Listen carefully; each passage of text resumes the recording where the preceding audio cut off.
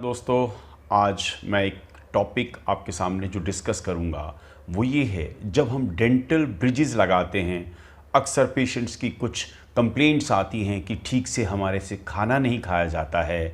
और क्या ऐसी डिफ़िकल्टीज़ हैं जो ब्रिज लगाते हैं और प्रॉपर च्यूइंग नहीं हो पाती है।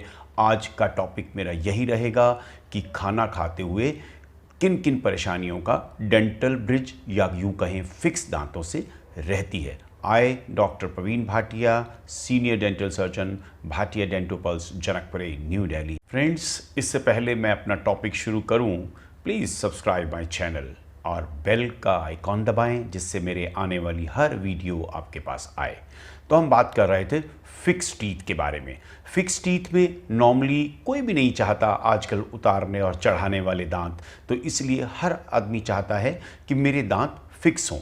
मैंने दूसरी वीडियोस में फिक्स दांत करने के तरीके या इम्प्लांट से या ब्रिजेस से किए हुए हैं, आप प्लीज़ उनके देखें।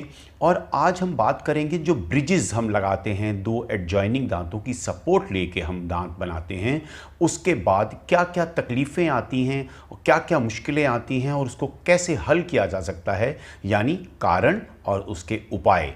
मैं दोनों आपको इस छोटी वीडियो के माध्यम से आप तक पहुंचाना चाहता हूं। सबसे पहले हम जानते हैं कि क्या ऐसे कारण हैं। जैसे पहला कारण आता है, फूड स्टक कर जाता है दो दांतों के बीच में, यानी जिन दांतों की सपोर्ट लेके हमने वो ब्रिज बनाया है और असली दांत नेचुरल टीथ उनके बीच में जब खाना स्टक करेगा या कहें सिंपल भाषा में कहें फंसेगा, तो हमारे से खाना खाने में दिक्कत आनी शुरू हो जाएगी। सेकंड मेथड आता है, अगर जो ब्रिज आपके डेंटिस्ट ने लगाया है या ऊंचा है या नीचा है, इफ़ इधर इट इज़ हाई और ए लो।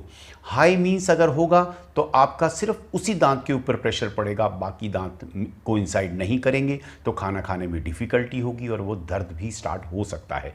लो होगा, जैसे एक चक्की के दो पार्ट होते हैं, दोनों में अगर बीच में गैप है तो आपका प्रॉपर आटा नहीं पिसता है, इसी तरह से हमारा खाना भी मैस्टिकेट नहीं होगा, च्यू नहीं होगा।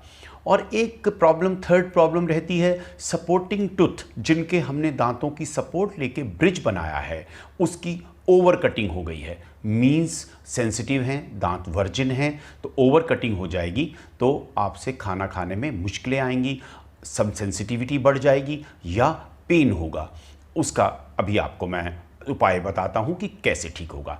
फोर्थ रीज़न आता है गम डिसीज़। मान लीजिए आपके गम्स पफी हो गए हैं या कोई पायरिया की कोई आपको शिकायत है, तो आपके गम स्पॉन्जीनेस आने से आपके दांतों का प्रेशर लेना कम हो जाएगा। आपके दांत, अक्सर पेशेंट ये बोलते हैं मेरे दांत दबाव नहीं लेते हैं, तो दबाव ना लेने की वजह एक गम डिसीज़ होती है। उसके बाद लास्ट फैक्टर आता है, जब आपका किसी भी कारणवश ब्रिज चिप्ड ऑफ हो गया हो। मान लीजिए अगर ऊपर से टूटा है फिर भी थोड़ा सा मैनेज हो जाएगा, अगर कॉर्नर से चिप हुआ है तो फिर वही खाना फंसना, ब्लंट करना पड़ता है उसको। तो ये छोटी सी, जब आपका सेरामिक उतर गया है तो आपसे डेफिनेटली खाना नहीं खाया जाएगा। अब हम फ्रेंड्स बात करते हैं इसके उपाय क्या क्या हो सकते हैं। जो मैंने पांचों आपको कारण बताए, स्टेप बाय स्टेप मैं आपको उपाय बता रहा हूं। सबसे पहले ही हमने डिस्कस किया था food stuck in between natural tooth और ब्रिजिंग टूथ, मींस जो हमने दांत पे लगाया था। तो उसका सबसे बड़ा अच्छा हल यही है कि हम नियमित रूप से फ्लॉसिंग करते रहें। एक वाटर जेट सिस्टम आता है, आप वाटर से, जेट से उससे पानी दो दांतों के बीच में जो प्रॉक्सिमल स्पेस है उसमें से क्लियर करते रहें खाना। इंटरडेंटल ब्रशेस आते हैं, उनसे हम क्लीन करें, रिंस करें। हर खाना खाने के बाद कोशिश हो कि जैसे ही कुछ खाना खाएंगे आप उसको रिंस कर लें। मींस ऑरल हाइजीन अच्छा सा अगर आप मेंटेन करते हैं तो कोई भी ऐसी समस्या नहीं आएगी। नेक्स्ट मैंने बताया था ब्रिज हाई होगा या लो होगा। हाई होने में अगर मान लीजिए ऊंचा है, आर्टिकुलेटिंग पेपर रखकर या कार्बन पेपर रखकर एक डेंटिस्ट ये चेक कर लेता है। कई बार ब्रिज लगाते समय उसी समय नहीं पता लगता है, लेकिन अगर हम कार्बन रखते हैं, थोड़ा सा भी हाई है तो हम उसको रिड्यूस कर देते हैं और आपके मेस्टिकेशन सिस्टम ठीक हो जाता है, तो खाना प्रॉपर खाया जाता है। अगर लो होगा, बहुत ज़्यादा थोड़ा सा लो है, सुप्राइरप्टेड थोड़े से टाइम में दांत एडजस्ट हो जाते हैं, बहुत ज़्यादा लो है तो डेंटिस्ट को ब्रिज को चेंज करना ही होगा। नेक्स्ट आता है सपोर्टिंग टीथ में जब सेंसिटिविटी या पेन हो। अगर सपोज सेंसिटिविटी है तो हम आपको एक कोई जेल देंगे या कोई पेस्ट देंगे डिसेंसिटाइजर या विटामिन सी की टैबलेट्स देंगे। 30-40 डेज में 6 वीक्स में वो ठीक हो जाता है, कवर कर जाता है।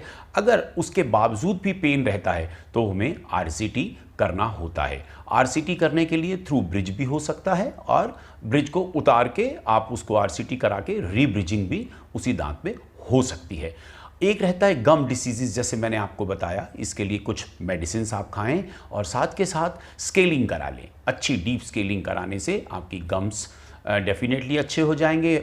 ओरल हाइजीन अच्छा सा मेंटेन करें तो आपका ये समस्या भी हल हो सकती है। लास्ट ऑप्शन बताया था मैंने आपको, ब्रिज अगर चिप्ड ऑफ हो जाता है, अगर रिपेयर कर सकते हैं, अगर माइनर और हल्का सा कोई चिप ऑफ हुआ है उसको हम जो शार्प एजेस हैं उसको हम ब्लंट कर दें तो ठीक हो जाता है। अगर बहुत ज़्यादा चिप ऑफ हुआ है या सामने के दांत हैं वहाँ से टूटा है तो आपको उसको बदलना ही होगा। सो फ्रेंड्स, आज मैंने एक छोटे से इंपॉर्टेंट टॉपिक पे आपसे बात की जो बहुत लोगों की समस्या होती है। I hope you like this video and comment it if you want and subscribe it my channel and share with your friends if you like. So friends, take care of your teeth will definitely take care of you.